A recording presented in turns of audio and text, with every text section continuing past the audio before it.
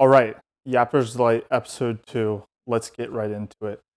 It currently is 2:23 a.m. Central Time. Taking my roommate to the airport in 30 minutes. So let's get into it. The topic of today is what is commerce content?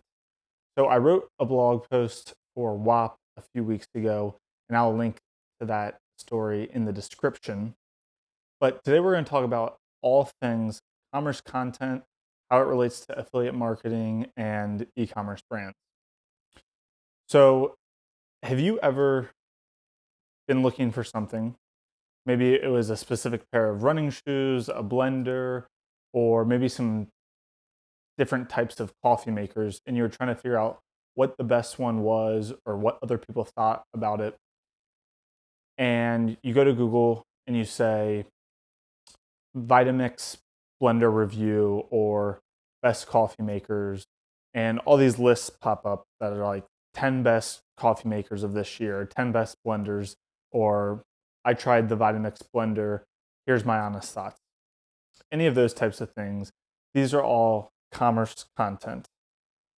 So typically in the past, you would see these press releases or articles covering, maybe it was like a sneaker release or a new car that came out.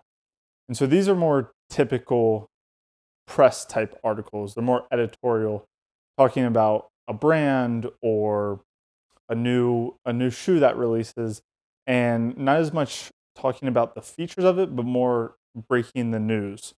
So that's more PR type stories. But today, the industry has shifted for both brands and publishers and affiliates. It has shifted to more evergreen type content, meaning that it's always going to be on Google, and it's not really timely news. It's news, it's a story that people will be reading for months and years to come. So commerce content is kind of the next frontier because in the past, there was a story that was written, and then within a few days or even a few hours, honestly, it would just, you know, kind of fall to the wayside. But now, publishers realized that they can actually monetize these types of stories and via affiliate links. And Google would keep ranking these higher on the search results. And so publishers said, hey, we can create more of this type of content that we can make money off of, and it stays relevant for longer since it's not just, a weekend story. And so it's kind of shifted from quick hits to long form reviews of individual products. And this can be said about YouTube as well, or even TikTok. People can Google or search these things on those types of platforms and find a detailed review of them, whereas maybe you would just see an announcement video for a new rap song, and a few weeks later you don't care about it. So that's kind of one of the big differences between traditional content and commerce content and affiliate type content. So,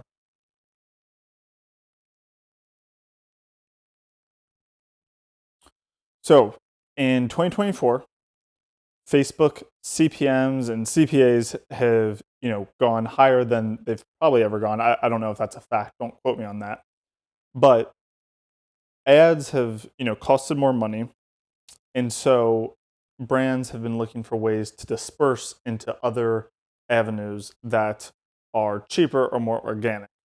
So from the brand side, they are thinking, how can we get more press and more traffic for cheaper than we're getting on Facebook, TikTok, Snapchat, whatever it may be? And then on the publisher side, they're saying, hey, we are getting a lot of traffic to our articles. How can we monetize that?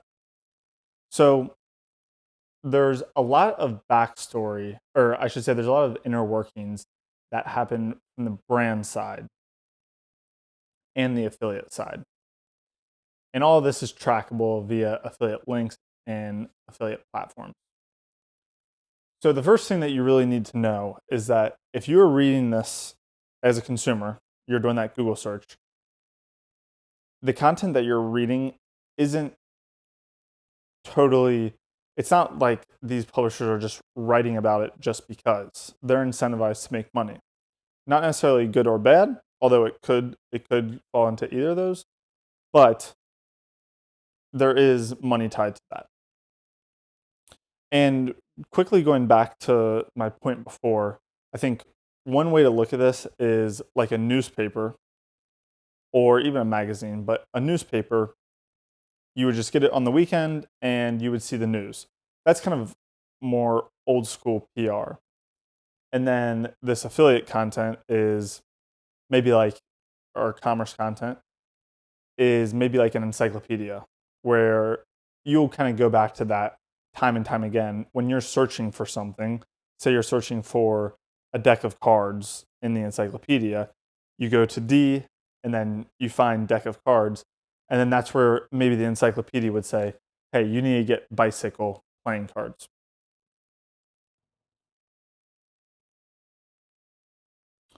So how does commerce content work?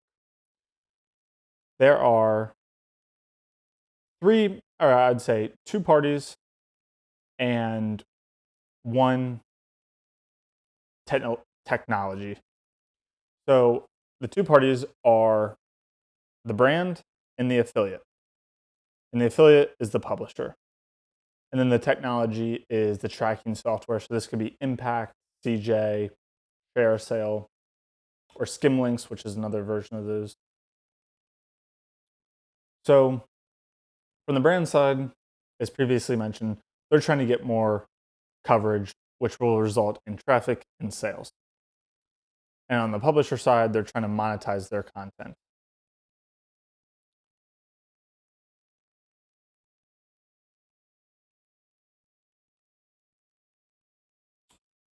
I'm just looking through this article that I wrote to hit on the big pieces.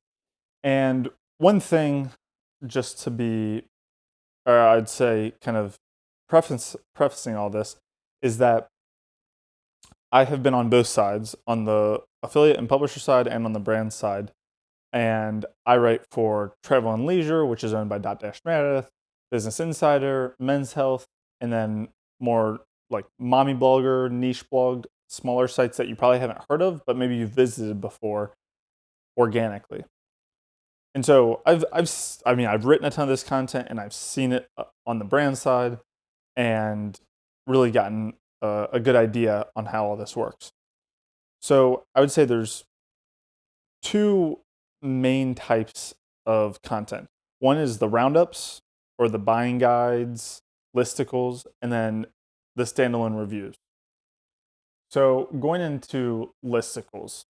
So these listicles are top 10s, best ofs.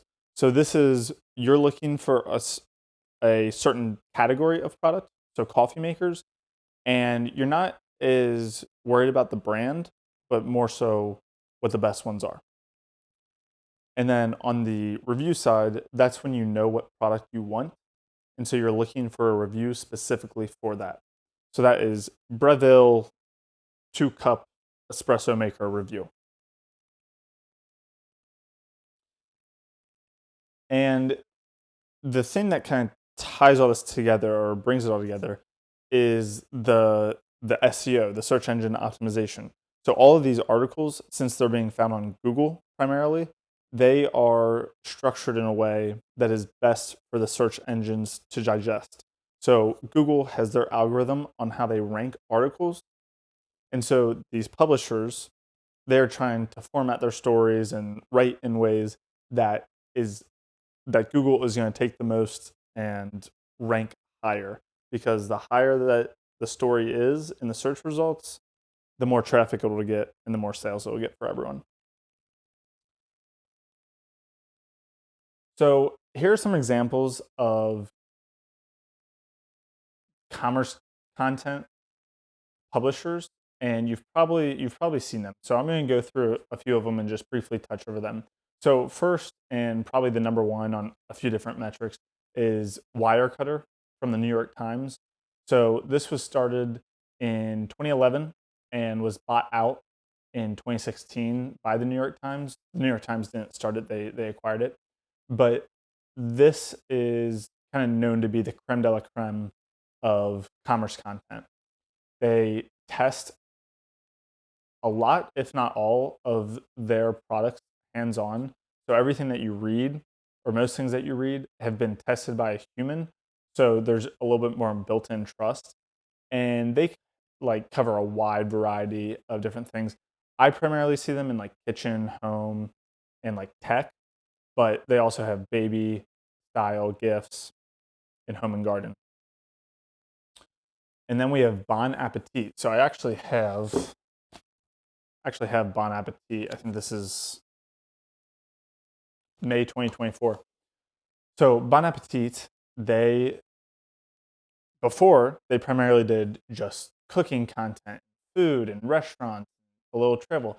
And now they do a lot of things that are in this commerce content. So best Dutch ovens, best but best Dutch ovens, best cookware, things like that. And then something that I know I have, but NerdWallet.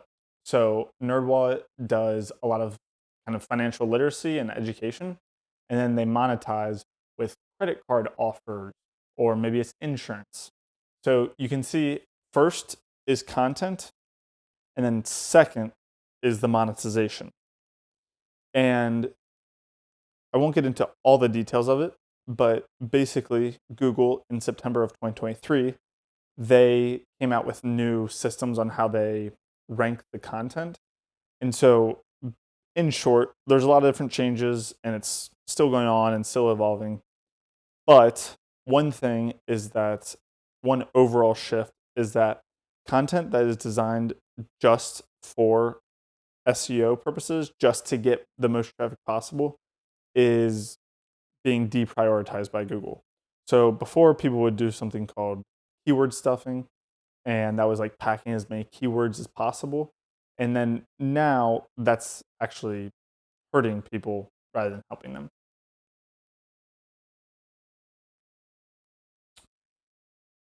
If you are a gentleman, you may have looked up different brands or style guides on how to look better.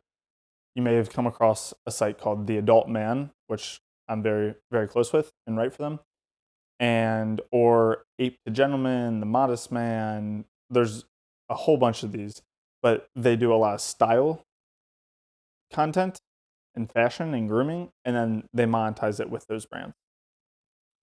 So Sports Illustrated, even Sports Illustrated does this. I'm looking at the best pickleball paddles of 2024 right now. So they primarily cover sports, and then now they do sports equipment reviews. Garage gym reviews. This is a great one.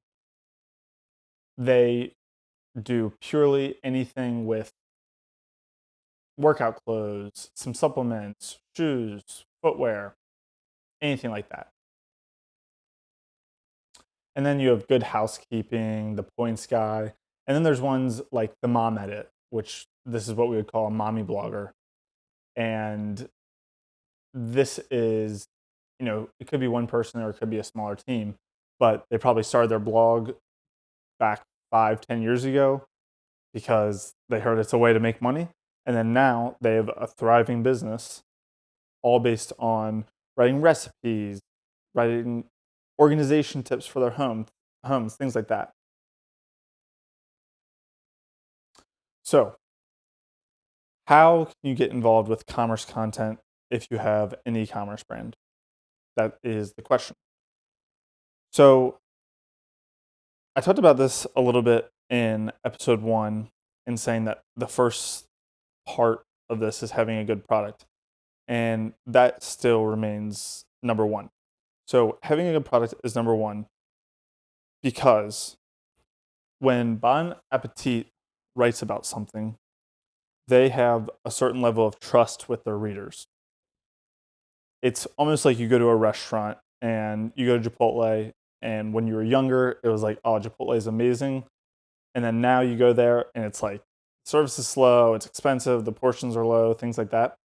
So it's like your perception of Chipotle before was here, and then now it's here because they've, done a lot of things that have resulted in just a lesser than product as before. It's the same with these publishers. So Bon Appetit, they produce good content and they recommend products that they want you to love because that increases your trust in them. And so for a brand that wants to get into Bon Appetit, they need to have a good product because Bon Appetit isn't going to recommend something that's not a good product for their readers because that's how their business thrives. So if you have a good product, that's kind of step one. Step two is something that we talked about before, which was PR and kind of the newsy type articles. You also need to have good PR. You don't need to invest all your focus and time on that, but you need to have good PR because, again, the publishers are incentivized by higher conversions, and then higher conversions come when someone has brand awareness. They have awareness of your brand and they recognize the brand name, brand recognition. So you need to find a way to get organic press release, press coverage, PR, whatever it is. And then third is offering good commissions. So this is not the end all be all. And I'll tell you for one reason.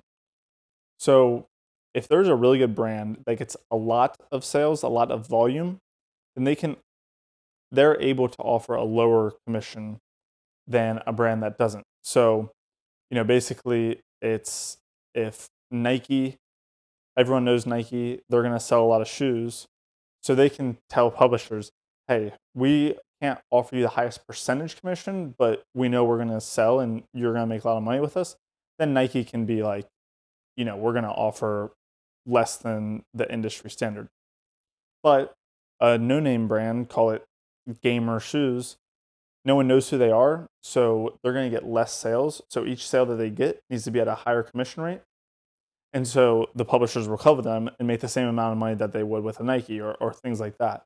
So those are kind of the three pillars is first, good product. Second, brand recognition, which can be done through PR or influencer or things like that. And then third is incentivizing the publisher via commissions or just pure volume of sales and conversions. So that is everything with commerce content. Comment, leave a like, subscribe, ask any questions, and I'll do my best to answer them. And I'll also link this in some of these blogs in the description. So yeah,